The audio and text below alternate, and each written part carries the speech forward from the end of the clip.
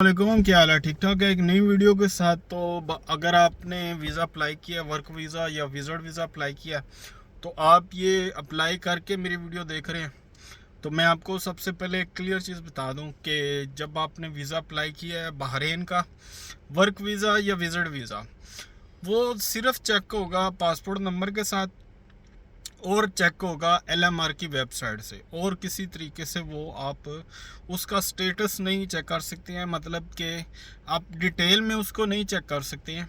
अगर आपके पास LMR की वेबसाइट है, आप चेक कर सकते हैं। तो आप ऑनलाइन भी चेक कर सकते हैं ओनली स्टेटस कि अभी आपका वीज़ा वैलिड हो गया है या इन प्रोग्रेस में है या कैंसिल हो गया है, क्या उसका स्टेटस चल रहा है। बाकी अगर आपका वीज़ा एक्सपायर होता है, मतलब कैंसिल हो जाता है, रिजेक्ट हो जाता है या कोई भी मसला होता है, तो वो ईमेल आएगी आपको एम्प्लॉयर को, यानी कि ये कह लें कि जिसने अप्लाई किया या जिसका CR है, वो ईमेल उस बंदे को जाएगी। तो उस बंदे को पता चलेगा कि क्या प्रॉब्लम है। तो आप सिर्फ स्टेटस चेक कर सकते हैं। वो भी जब आपने वीज़ा अप्लाई किया, किसी एजेंट से किया, किसी दोस्त से किया या किसी भी बहरीन में किसी बंदे से किया, तो आपको ये एप्लीकेशन नंबर वो दे रहा है या आपको बता रहा है कि वीज़ा अप्लाई हो गया।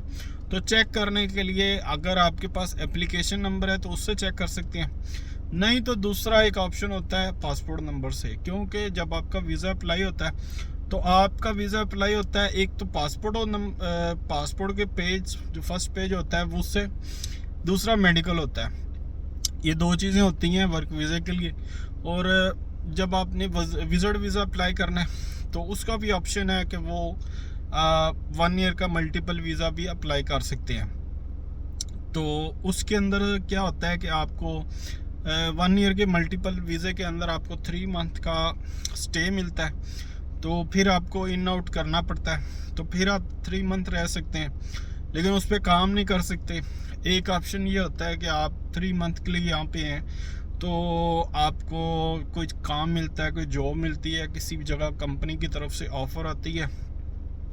तो बेस्ट ऑप्शन ये है कि अगर आप ये चांस लेना चाहते हैं तो ये भी ये चांस है। तो 3 मंथ के अंदर में भी शायद आपकी लक है कि आपको कोई चांस मिल जाए, कोई जॉब मिल जाए और वो बंदा आपको वीज़ा भी दे, मतलब वर्क वीज़ा भी दे।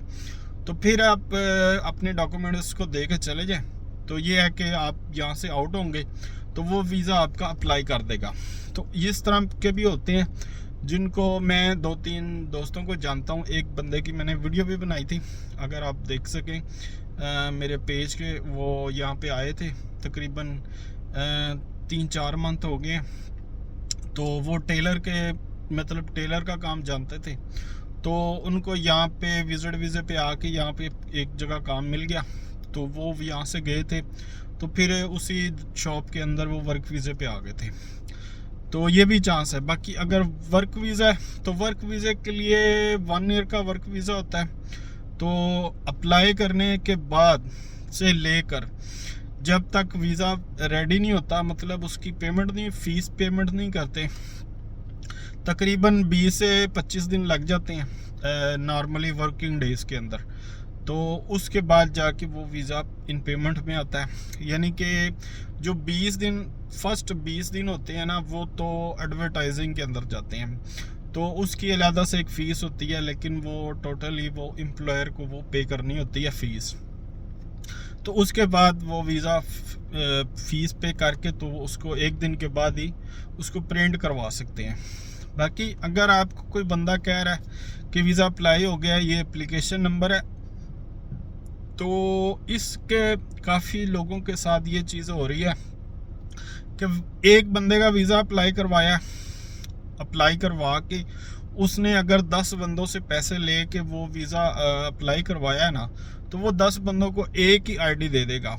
तो सबको बोलेगा कि ये आपकी एप्लीकेशन नंबर है, तो आप वीज़ा अगर चेक करना है, कोई बंदा अगर कहता है कि मैं चेक करना है ऑनलाइन, तो कुछ लोगों को अक्सर नहीं पता होता है चेक करने का, लेकिन जिनको पता होता है चेक करने का, उनको फिर एक ही ID एप्लीकेशन नंबर दे देते हैं। वो सबको बताते हैं कि ये देखिए आपका वीज़ा अप्लाई हो गया। तो इस तरह के काफ़ी केस चल रहे हैं।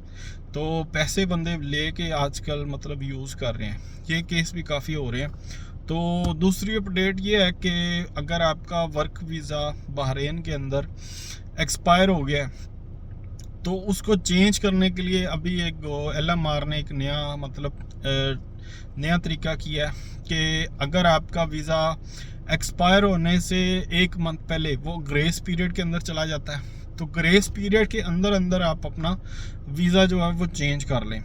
यानी कि आप अपना वीज़ा टर्मिनेट करवा के कैंसिल करवा के तो सेम 1 दिन के बाद आप वीज़ा अप्लाई करवा लें। तो अभी ये है कि आप एक्सपायर वीज़ा मतलब 1 साल का वर्क वीज़ा एक्सपायर होने का वेट ना करें अगर आपने वीज़ा चेंज करना है या रिन्यू करवाना है, क्योंकि LMR की तरफ से ये है कि अगर आपका वीज़ा 1 दिन भी एक्सपायर हो गया तो अगर आप चेकिंग के दौरान कहीं पे रोड पे या किसी भी जगह पे चेकिंग के दौरान अगर आपका वीज़ा एक्सपायर है तो फिर आपको चांस नहीं मिलेगा, फिर वो मतलब पकड़ लेते हैं। तो एक्सपायर होने से 1 मंथ पहले ग्रेस पीरियड के अंदर अंदर आप अपना वीज़ा चेंज कर लें या उसको रिन्यू करवा लें। अगर आपका वीज़ा एक्सपायर हो गया, 1 दिन भी एक्सपायर हो गया, तो वो आपको वो पासपोर्ट है अपना जो वो एमिग्रेशन से यहाँ पे वहाँ से कैंसिल करवाना पड़ेगा और उसकी तकरीबन 25 दिनार फीस है, वो आपको वो पे करनी वो एक्स्ट्रा से पे करनी पड़ेगी। फिर आपके जो एमिग्रेशन से एक पेपर मिलता है कैंसिल का, वो यानी कि ये होता है कि आपका 1 मंथ का वो वीज़ा ये होता है। तो उस पेपर के साथ अगर आपने दोबारा वीज़ा अप्लाई करवाना है तो वो एप्लीकेशन कैंसिल की वो पेपर वो ज़रूरी होता है, फिर आप दोबारा वीज़ा वो रिन्यू करवा सकेंगे।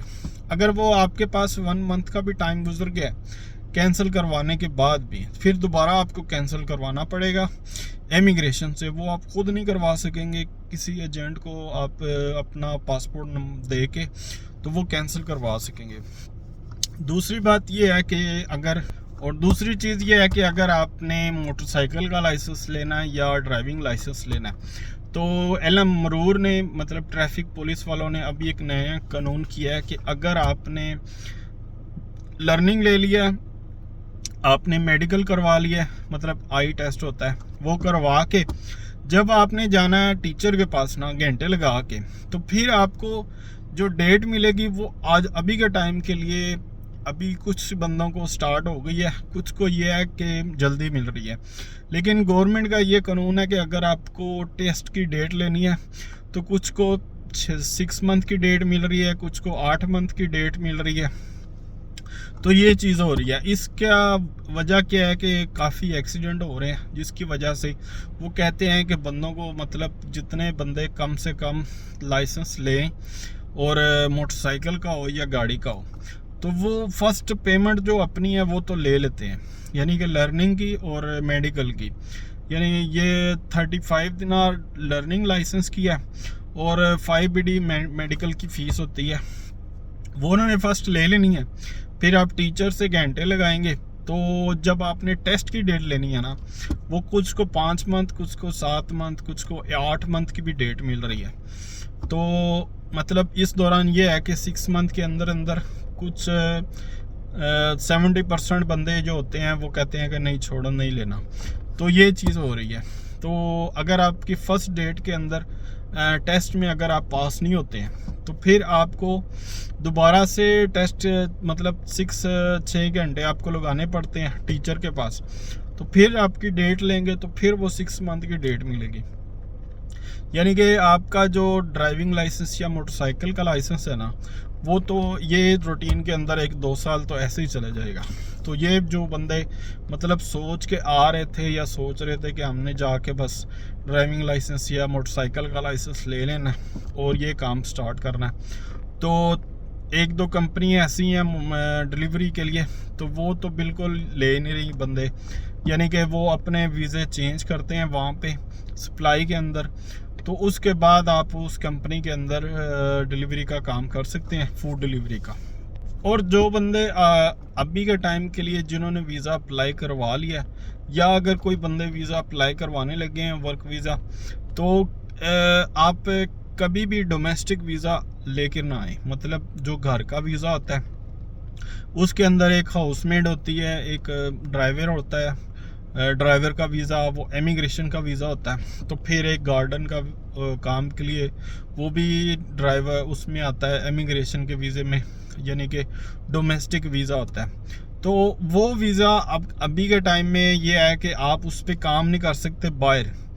जिस घर का वीज़ा है आपने वो घर में काम करना है, आपको बाहर अलाउड नहीं होगा काम करना। तो वर्क वीज़ा लेके आए, किसी सीआर का वीज़ा लेके आए, किसी कंपनी का वीज़ा लेके आए जो वर्क वीज़ा हो। ये जो डोमेस्टिक वीज़ा होता है ना, आप इस पे काम भी नहीं कर सकेंगे।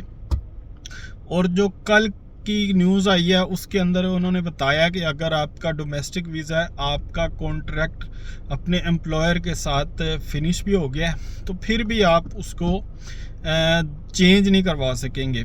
मतलब डोमेस्टिक वीज़ा से किसी सीआर वीज़ा पे आप वो अपना वीज़ा जो है वो चेंज भी नहीं करवा सकेंगे। तो आपको यहाँ से लाजम आउट होना पड़ेगा, फिर दोबारा से आपको वीज़ा लेना पड़ेगा सीआर का या वर्क वीज़ा। तो फिर ये हो सकता है, पहले ये था कि काफ़ी बंदे लेके आते थे डोमेस्टिक वीज़ा, घर का वीज़ा ले लिया, वो थोड़ा सस्ता होता है। यानी कि ये हिसाब लगाएंगे अगर वर्क वीज़ा आपको कंपनी का या किसी सीआर का मिल रहा है 1 साल का 700 दिनार का, तो वो जो डोमेस्टिक वीज़ा होता था वो आपको 2 साल का 700 दिनार का वीज़ा मिल जाता था। तो उसके वीज़े पे काफ़ी सख्तियाँ हो गई हैं, यानी कि एलएमआर की तरफ से काफ़ी चेकिंग भी चल रही है। तो कहीं पे भी आप काम करते उस वीज़ा पे पकड़े जाएंगे तो आपको वो चांस नहीं देंगे उस चीज़ का।